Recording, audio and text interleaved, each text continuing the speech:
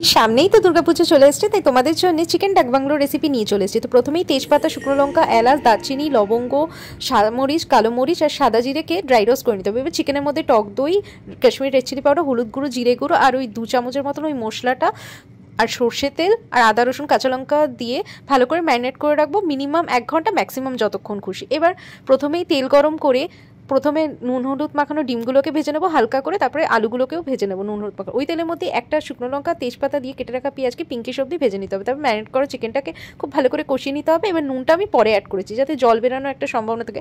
আবারও খুব ভালো করে কষিয়ে ভেজে রাখা ডিম আর আলুগুলোকে অ্যাড করে আবারও সব ভালো করে কষিয়ে পরিমাণ মতন জল আর নুন দিয়ে ঢেকে রান্নাটা করবো। সঙ্গে ছিল ভেজ ফ্রাইড রাইস। তবে বরের কিন্তু আজকে আবদার ছিল দুটোরই, যেটা বর খেতে খুব প্রশংসা করেছে, তার এক্সপ্রেশন দেখেই বুঝতে পারবে। তবে তোমরাও না দেরি করে ঝটপট পুজোর সময় কিন্তু বানিয়ে ফেলো নিজেদের প্রিয়জন মানুষের জন্য। খেতে জাস্ট ইয়ামি হয়েছিল, দেখতেও।